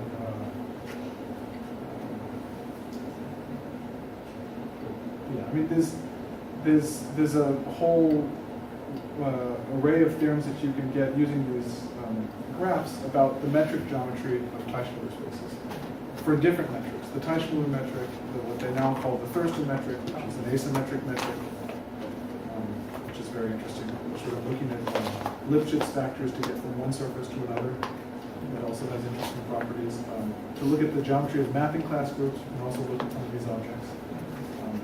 And then say something about the rank of the mapping class group, things like that. But there's lots of questions about mapping class groups that we don't know. It's linear. Is it the average Lipschitz constant? The Lipschitz constant itself Oh, it's the would be symmetric. No, it's The not. soup would be symmetric. No, because you take the no, it's not. It's not obvious that it's not, but it's not because you take the Oh, I see. One is the nth and one Yeah, is the soup. Oh, yeah, exactly. right. but and then when you symmetrize it, you don't get something that's exactly what you want. It's another metric. There's different ways of sort of trying to distinguish. Well, you realize that. But yeah, but I mean, the impediment to not understanding infinite type surfaces is, well, there's different things. As Dennis said, there's not many people who are looking at this, and Well, there aren't many results. there's not many You results. don't know how many people are looking at it. Right. Because they don't prove anything, they don't write it up. But it's natural to look at, in particular, like infinite, like you take the plane, look at the plane with an infinite number of punctures. Right. From a dynamical point of view, this makes perfect sense to look at this. Right. But it's not. One of those not Riemann so- surfaces. Right. That's a great problem. Right. Oh, I have your email. I'll go home on the train, I will think about a dynamical application. Great. Or at least some questions that are in the intersection of dynamic and this point of view. Just what you just said, you remove infinite many points from the plane, that Riemann surface is acted on by the dynamics in a certain way, complicated Thurston way, and you do something about its whole geometry. There are a couple of outstanding problems. You just need one piece of general information.